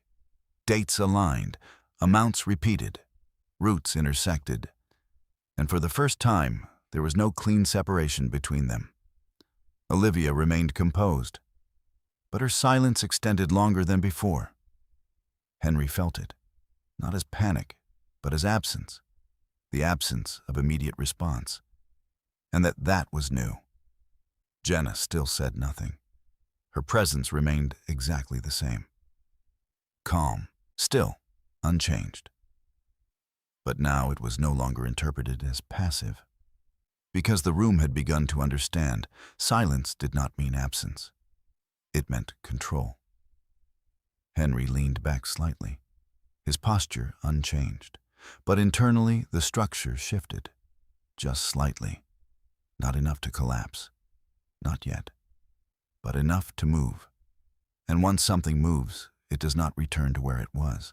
Rachel closed the file gently. "We're not asking for conclusions today," she said. "Only acknowledgement." Olivia nodded. "Carefully." "We'll review," she said. It was the first concession. Small, measured, but real.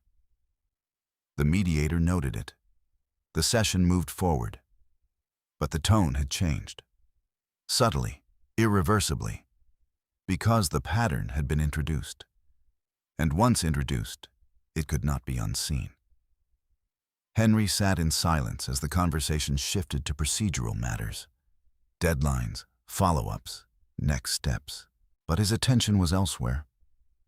Not on what had been said, but on what had been shown. The structure he had built still held. But not in the same way, not with the same certainty. And certainty, once altered, does not fully return. Across the table, Jenna remained composed, unchanged, because she had not come to win the moment.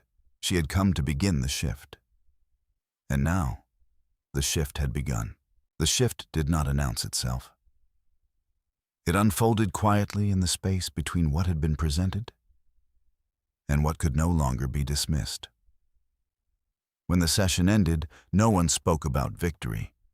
There had been no declaration, no decisive moment that would have satisfied an audience looking for immediate resolution.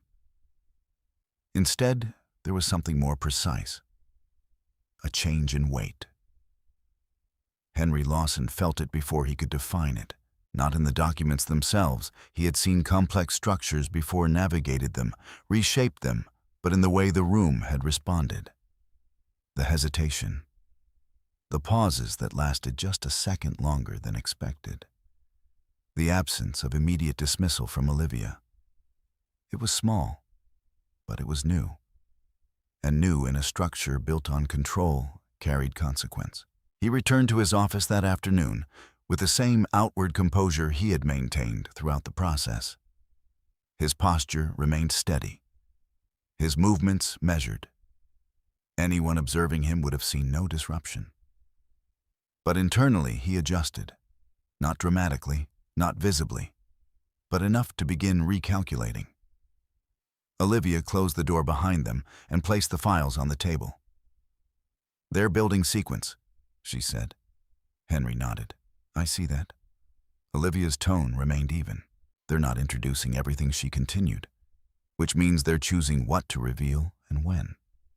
Henry leaned back slightly. "That's strategy," he said.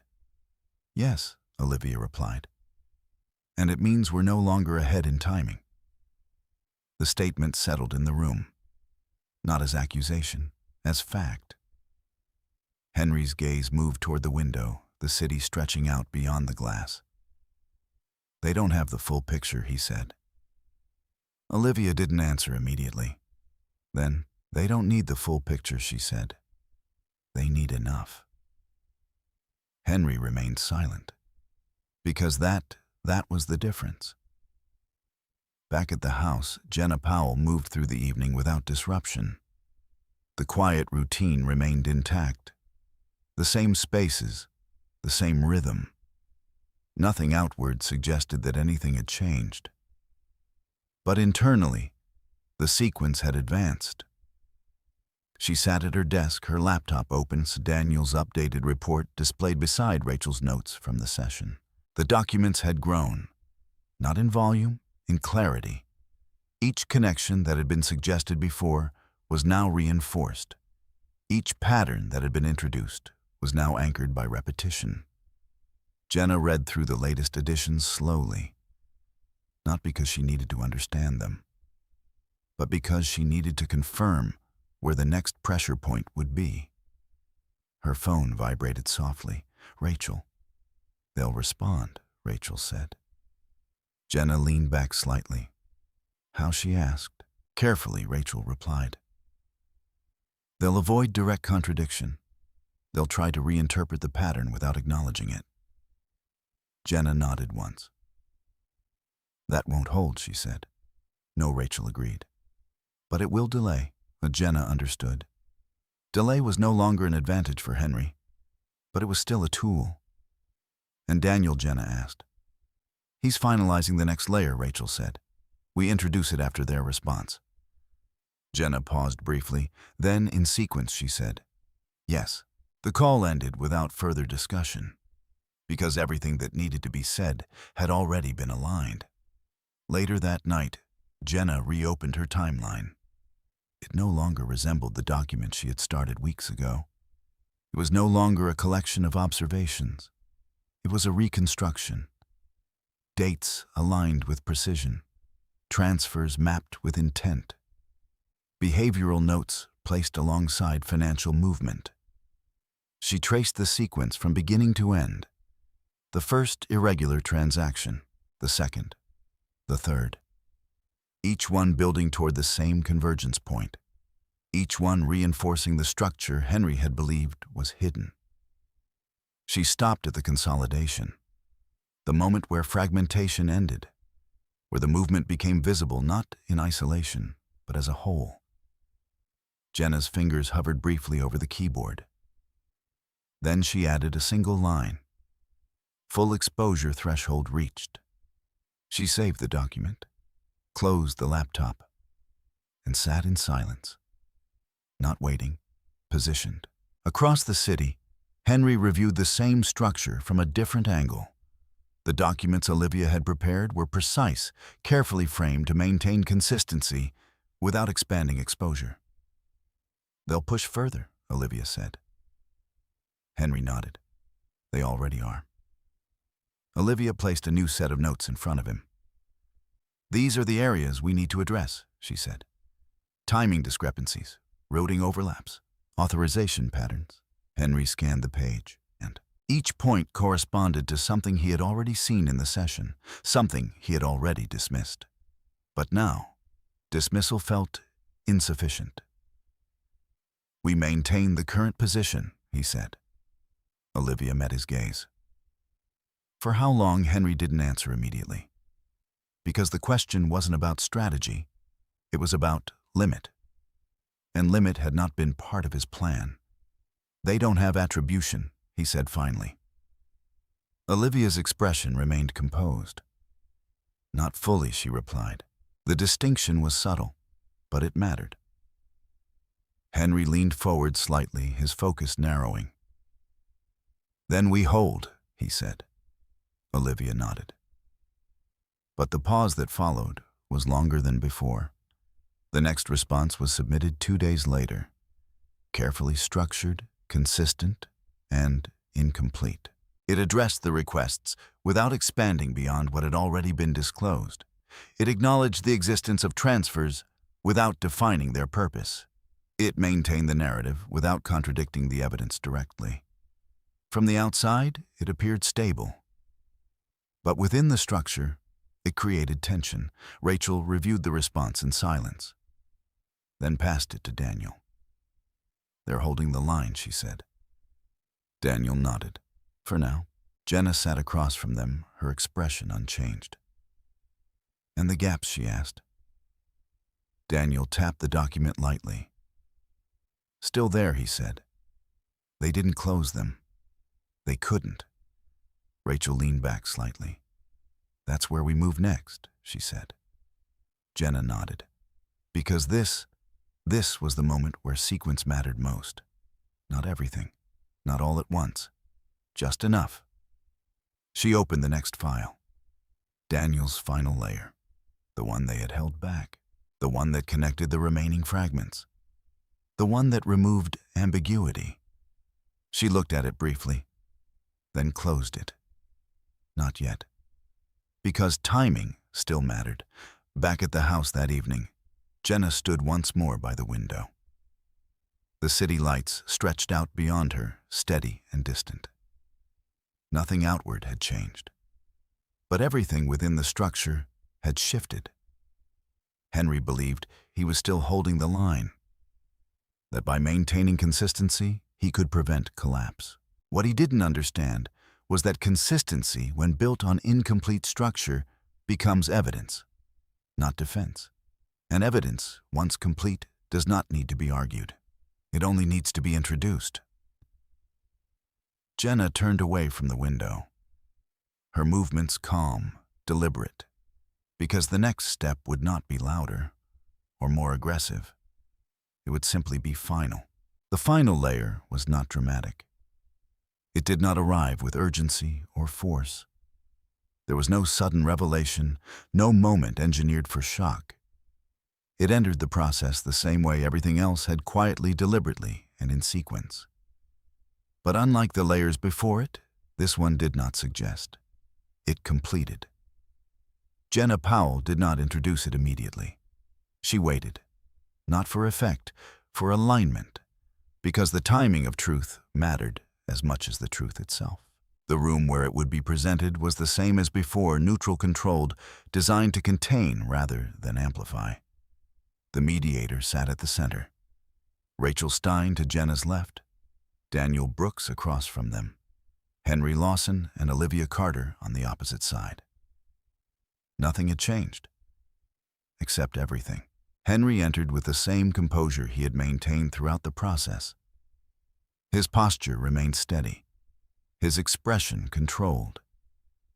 But beneath that control, something had shifted, not enough to be visible, but enough to be present. Awareness, not of outcome, but of possibility. The session began with routine formalities, deadlines confirmed, previous submissions acknowledged, the structure of the discussion outlined with practiced clarity. Then Rachel spoke. "We've reviewed the response," she said, "and we appreciate the consistency." The word was chosen carefully. Consistency. Henry did not react. Olivia nodded slightly. "We've provided everything within the current scope," she said. Rachel allowed a brief pause. "Then we agree," she replied. Another pause. "But the scope has changed." The room stilled. Not visibly, but perceptibly. Daniel opened the file. This time it was thicker, not overwhelming, but complete. He placed it on the table. No explanation, no introduction, just presence. Olivia reached for it first. Her movements remained composed, but slower than before. Because she understood something immediately, this was not another fragment. Henry watched her closely. Not the document. Her, because her reaction would define his. Page by page, she moved through it. Her expression did not change. But the time it took her to read did. Longer, more deliberate. Because the structure was no longer suggestive. It was definitive. Henry leaned forward slightly. "What is it?" he asked. Olivia did not answer immediately. She turned another page, then another. Finally, she placed the document down. Carefully. "This is a full trace," she said. The words were simple, but they carried weight. Henry's gaze shifted to the file. Daniel spoke for the first time. "Entry points, movement paths, consolidation," he said, all aligned. Henry reached for the document. His movements remained controlled. But internally, something shifted. He read the first page. Dates, amounts, routing sequences, nothing unfamiliar, but not isolated, connected. He turned the page. The pattern extended, not repeating, reinforcing. Another page, then another, until the structure he had built was no longer fragmented.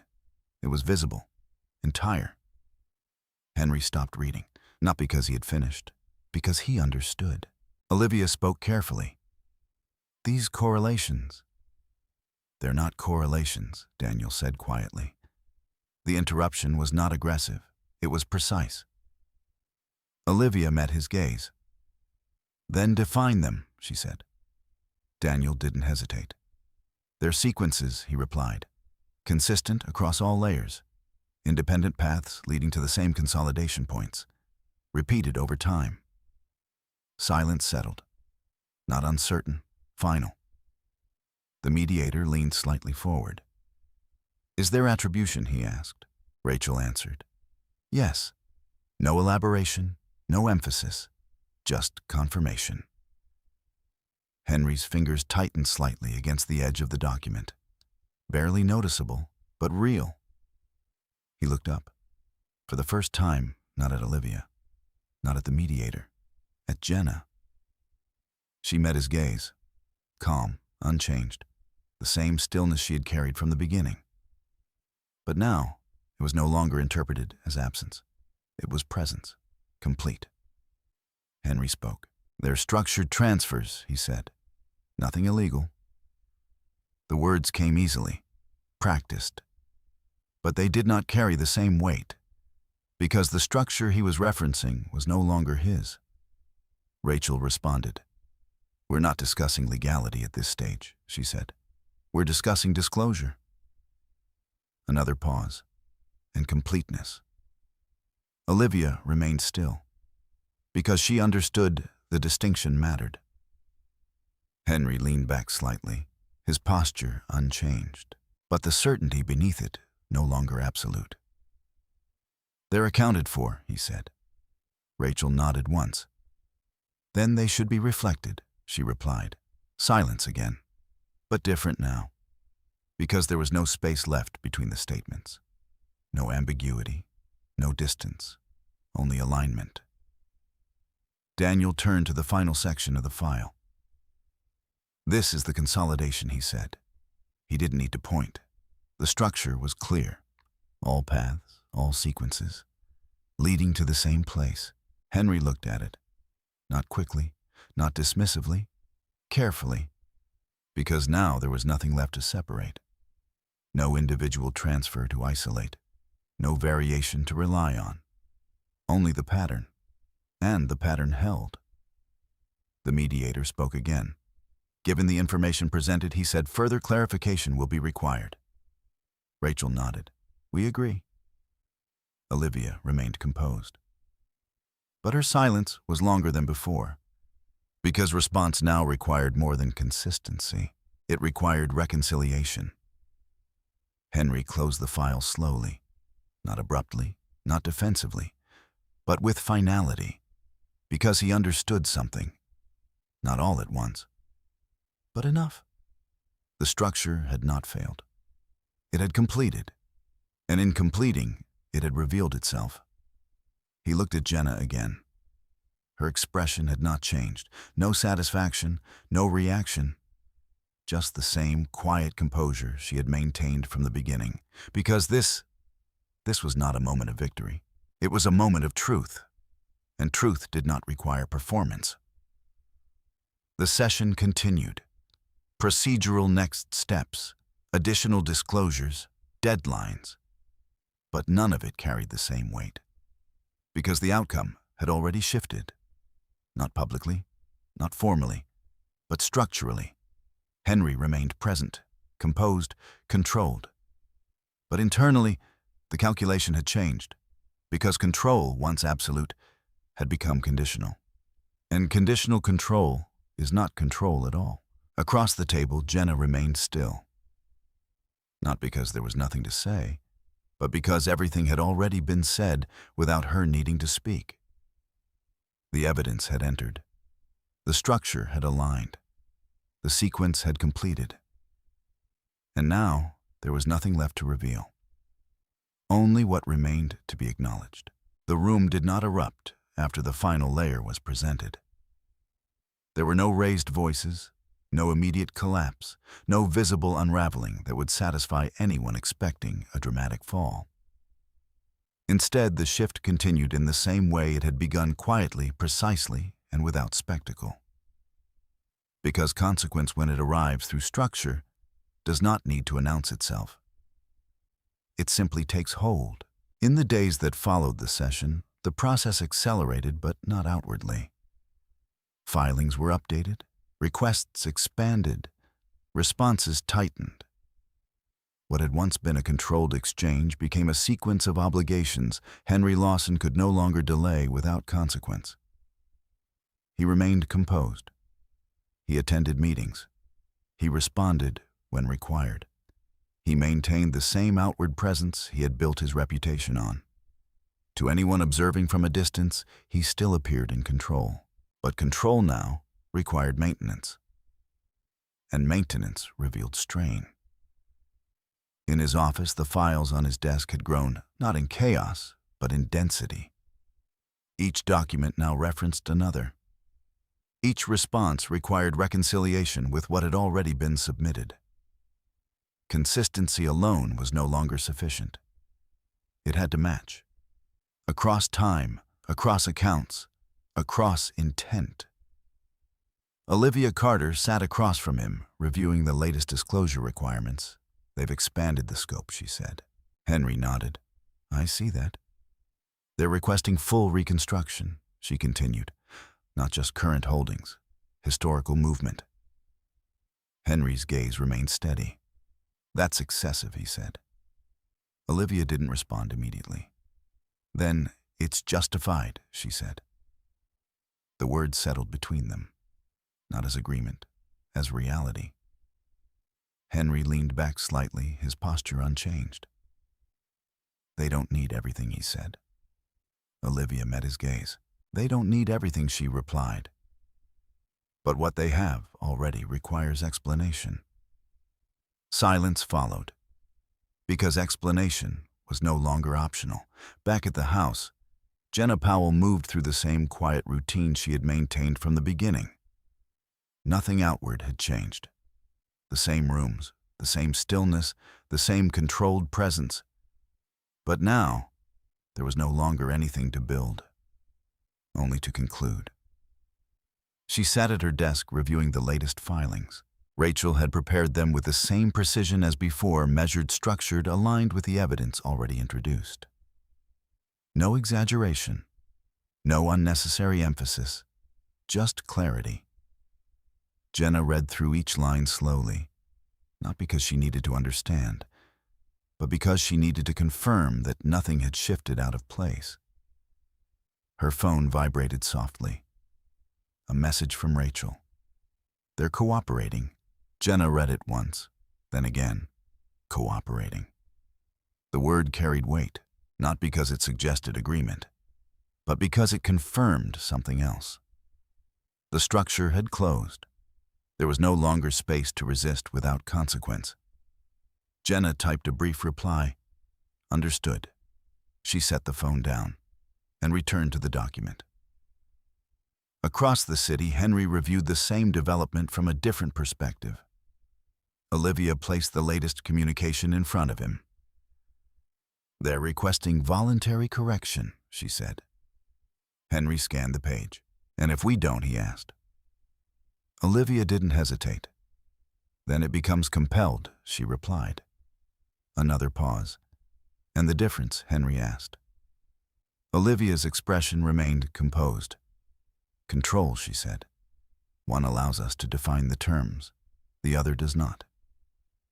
Henry understood, because control, even now, still mattered to him. But it was no longer absolute. It was conditional, dependent on what he chose next. He leaned forward slightly, his focus narrowing. "What's the recommendation?" he asked. Olivia answered without hesitation. "We adjust," she said. "We reconcile the disclosures with the trace." Henry didn't respond immediately, because adjustment was not part of his original plan. But neither was exposure. Back at the house, Jenna stood near the window once more. The city stretched out beyond her, unchanged, indifferent to the quiet resolution unfolding within it.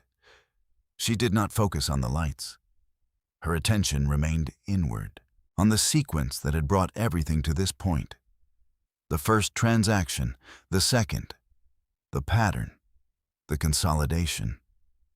Each step had followed the last. Not forced, not rushed, just aligned.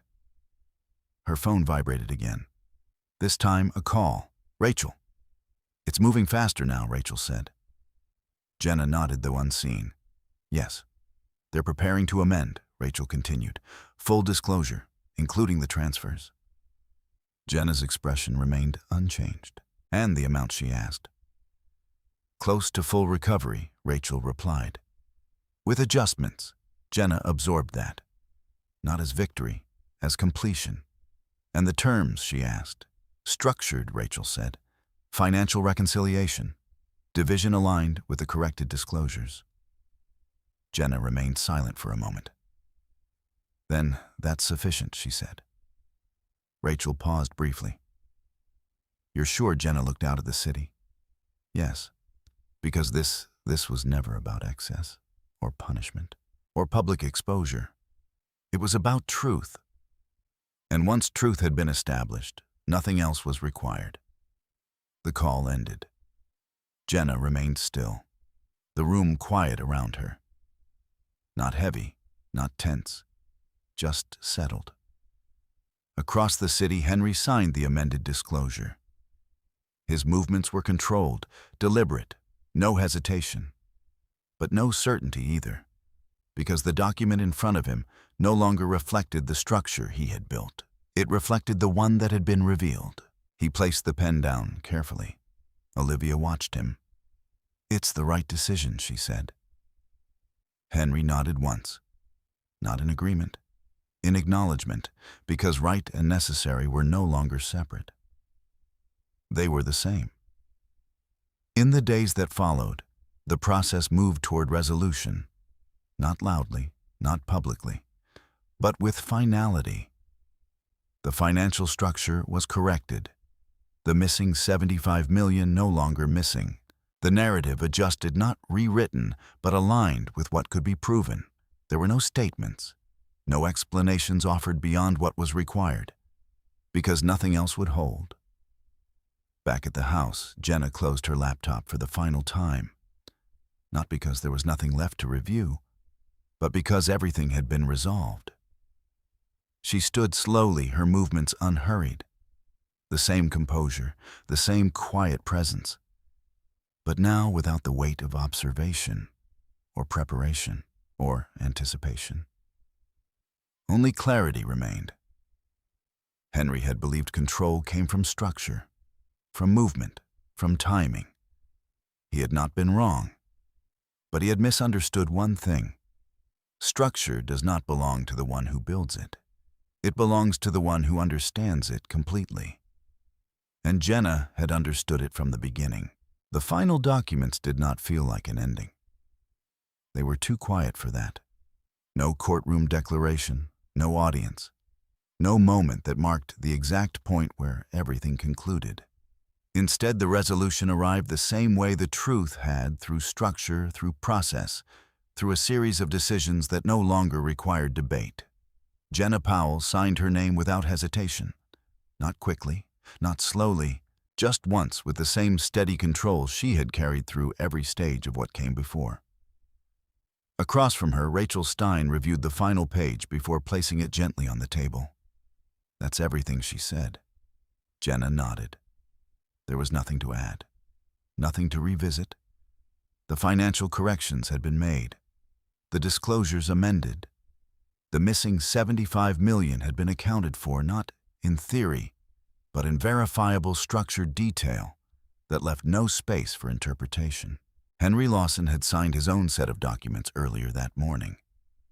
Not in the same room, not in the same moment, but within the same system that had carried them both to this point. There would be no final conversation between them, not because it was avoided, but because it was no longer necessary. The process had already said everything that needed to be said. Outside, the city moved as it always had, unaffected, indifferent, continuous. People passed along the sidewalks below their routines, untouched by the quiet resolution unfolding above them. Jenna stood near the window for a moment before leaving the office. Her reflection in the glass was clear, not triumphant, not relieved, just present. She had not come here to win. She had come here to understand. And once understanding had aligned with evidence, the outcome had followed. Down the hall, the elevator doors opened with a soft chime. Jenna stepped inside, her movements unhurried. The doors closed behind her. And for the first time in weeks, there was nothing waiting on the other side. No document to review, no pattern to follow, no sequence to anticipate. Only space. The elevator descended in silence, floor by floor, until the doors opened again onto the lobby. The transition felt almost imperceptible, but it was complete. Jenna walked through the building without looking back, not because she was avoiding anything, but because there was nothing left to return to. Outside, the air carried the quiet weight of late afternoon. The city stretched outward, unchanged in its movement, but different in its distance. Jenna paused briefly on the steps, not to reflect, but to recognize. The structure that had defined her day's files, timelines, traces, legal frameworks had dissolved into something simpler. Truth, once established, does not need to be carried forward. It remains. She adjusted her coat slightly and stepped onto the sidewalk. Her pace was steady, unforced. There was no urgency to reach the next place. No need to move faster than the moment required. Across town, Henry Lawson sat alone in his office. The same office where he had once reviewed the early stages of his plan. The same desk, the same view. But the space felt different now, not because anything had changed physically, but because the structure that had supported his certainty was no longer intact.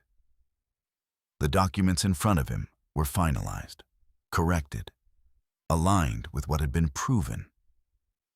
He had signed them, not under pressure, not under threat, but under recognition that the system he had relied on did not respond to assumption. It responded to evidence. He leaned back in his chair, his gaze moving toward the window. The city beyond remained constant, unchanged. But his position within it had shifted. Not visibly, not publicly, but internally. Because control, once absolute, had revealed its limits. And once limits are understood, they cannot be unlearned. Henry closed the file in front of him. Not abruptly, not with frustration, just with finality, because there was nothing left to adjust, nothing left to contain. Only what remained was what had been established. Back on the street, Jenna continued walking. She passed storefronts, quiet corners, intersections, where the rhythm of the city moved without interruption. No one recognized the moment for what it was, and that was exactly as it should be. This was not a public ending. It was a private resolution, one built not on confrontation, but on clarity. Jenna reached the corner and paused briefly as the light changed. For a moment, the city held still. Then it moved again.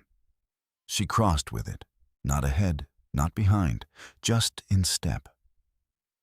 There was no sense of loss, no lingering weight, because what had been taken had been returned, and what had been revealed had not required force, only patience. As she continued down the street, her phone remained silent. No new messages, no further instructions. The process had ended, and with it the need to anticipate what came next. Jenna allowed herself a small, almost imperceptible breath. Not relief, not release, just acknowledgement that the sequence had completed exactly as it needed to. Henry had believed that control came from moving first, from defining the structure before anyone else could see it. He had not accounted for something simpler. That understanding, quiet, patient, precise, does not need to move first. It only needs to move correctly. And once it does, everything else follows.